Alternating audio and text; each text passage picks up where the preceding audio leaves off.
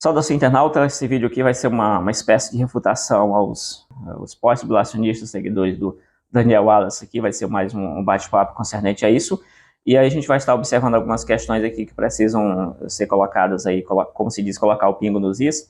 E aí a gente vai começar pela primeira, que é uma questão que existe na cabeça de muitos professores de grego, estudantes de grego, que é que quando você aprender o grego, você vai realmente resolver todas as questões através da gramática. Isso é um mito, né? O primeiro mito que a gente vai derrubar que isso não é verdade. O próprio Wallace fala lá em 1 João 5,20, disse, olha, esse texto não se resolve de forma gramatical, né? Então esse primeiro mito vai para o beleléu, como se diz. Então você vai aprender tudo, resolver tudo através da gramática. Outro mito que é muito próximo disso aí é que quando você aprende gramática, por exemplo, a gramática do Novo Testamento, você vai exatamente chegar nas mesmas conclusões que todas as pessoas estão chegando, né? Os estudiosos de grego vão chegar na mesma conclusão, como se todas as pessoas estivessem subindo, tentando escalar o pico do Everest ali, todos iriam chegar exatamente lá em cima do pico, a 8.000 metros, né? Isso é uma falácia absurda. Nós temos bons estudiosos em infinitas áreas aí do grego, do Novo Testamento, enfim. Isso aí é uma falácia que às vezes a gente comenta, mas é bem complicado. Bom, outra questão interessante, que às vezes a gente precisa falar sobre ela, é que muitos professores de grego, muitos estudantes de grego, pegam as explicações do Wallace e passam como se realmente fosse a explicação deles, né, deles próprios no caso, né, não, às vezes nem comenta que aquela ideia é uma ideia do Wallace, que existem outros gramáticos por aí, que têm ideias diferentes, enfim, outros comentaristas, enfim.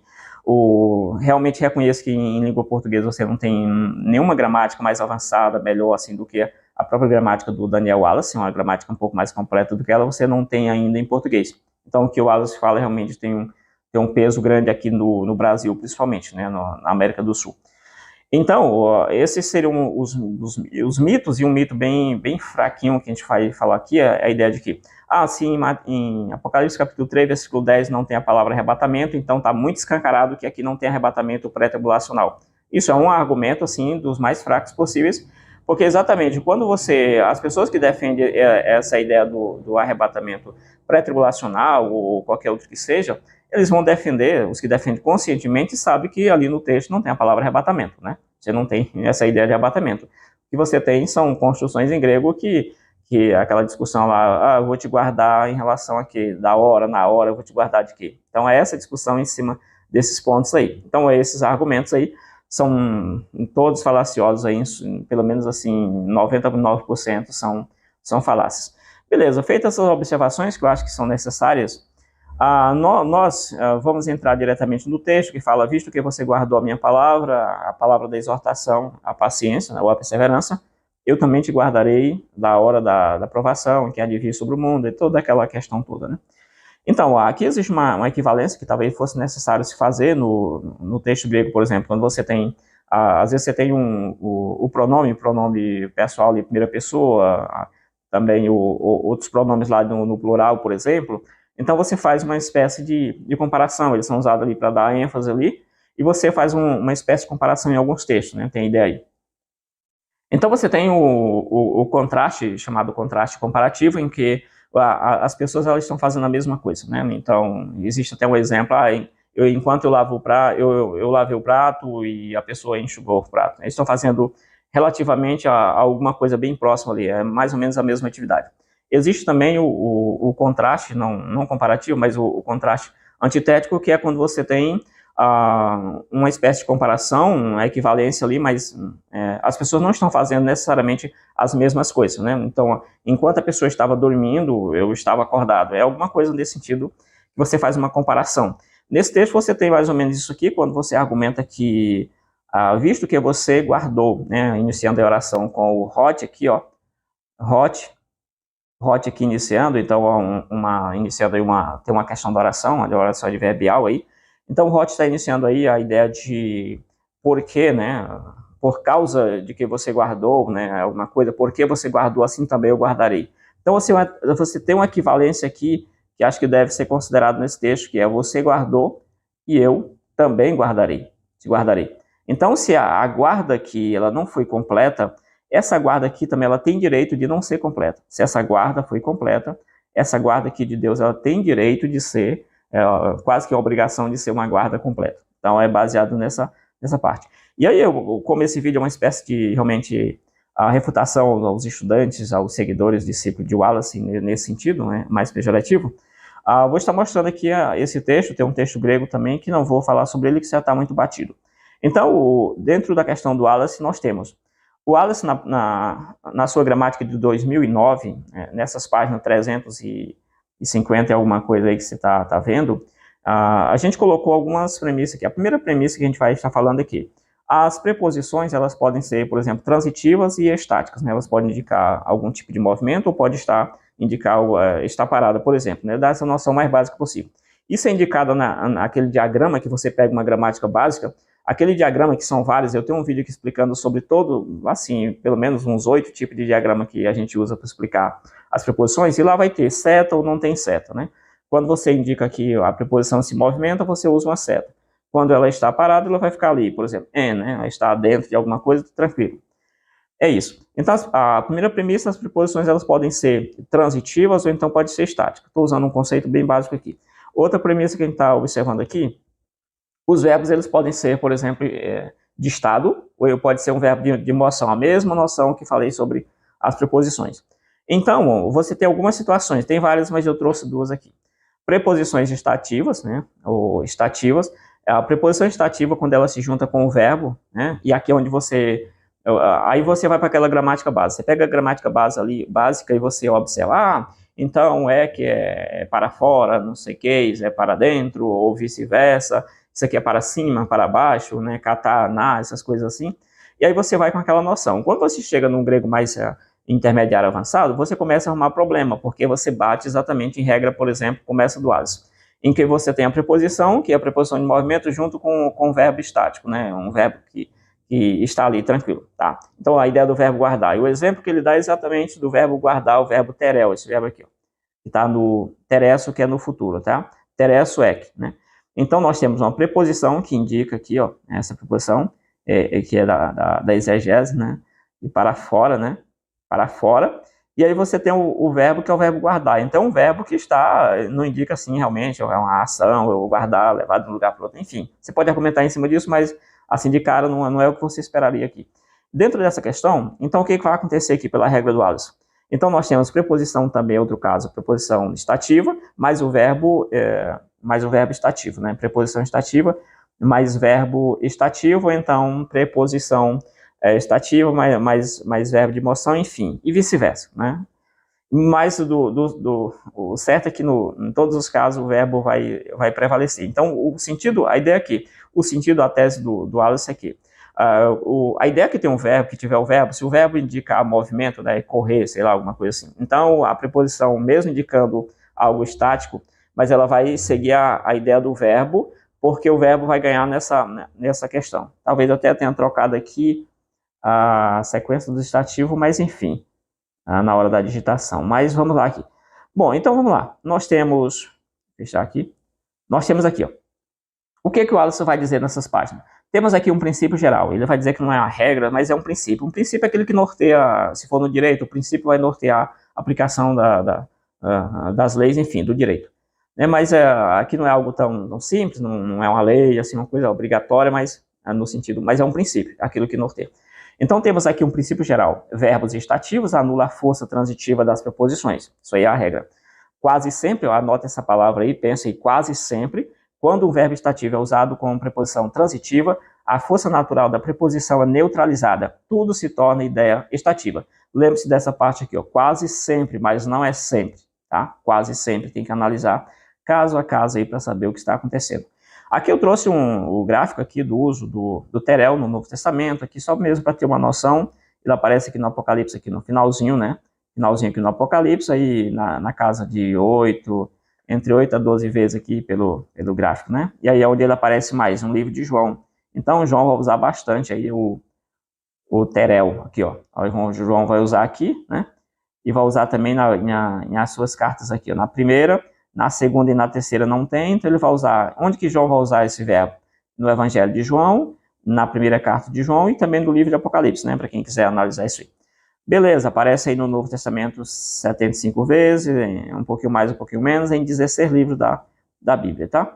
Beleza, feito isso aqui. Então, nós temos, ali nós temos a gramática do Wallace, que é a edição de 2000, 2009. Porém, essa gramática ela foi produzida, o rascunho dela na década de 70, e ela foi produzida ali na década de 90, 1996. Então, é uma gramática mais antiga. Então, pegando o Wallace, por exemplo, quando você pega o Wallace 2004, isso é um artigo que ele tem, já foi discutido, muita gente conhece esse artigo, ele está citando aqui um erudito, que escreveu também uma tese ali em 99, ele diz, ele, assim como muitos outros pós-tribulacionistas, concorda que o versículo, no caso Apocalipse 3, está falando sobre a promessa do arrebatamento dado aos verdadeiros crentes, né? Segundo ele, nos escritos de João, o pensamento primário de emergência ou a origem se encaixa melhor em cada instância de Eck, né? Ele afirma que Eck é essencialmente uma preposição de movimento. Então ele vai segurar essa tese aí, o Dr. Robert State, né? E aí vai estar a sua tese aqui sobre a igreja e a tribulação, uma análise bíblica sobre o pós-tribulacionismo.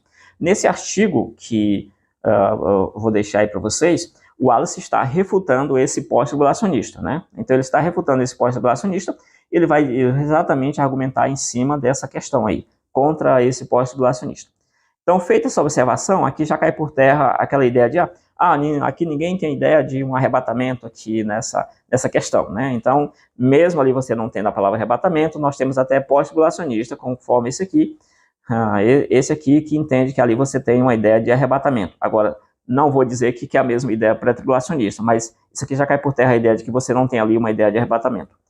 Bom, então vamos lá, passando aqui, aí o Wallace vai continuar. Então, refutando esse mesmo erudito, né, Gendry, o Wallace afirma, embora isso seja realmente verdade, se é que estiver relacionado a um substantivo ou for governado por um verbo sem movimento, por exemplo, o verbo terel, não necessariamente implica movimento. Veja o que o Wallace diz. Quase sempre lá, parece que foi quase, né? Boa parte das vezes lá na gramática que ele diz não necessariamente implica em movimento. Isso aqui é o Wallace já um pouco mais avançado do que a gramática em termos de ano, mais atualizado, que é 2004, a gramática de 2000 é de 96. Então vamos lá, observa as expressões que o Wallace vai colocando aqui.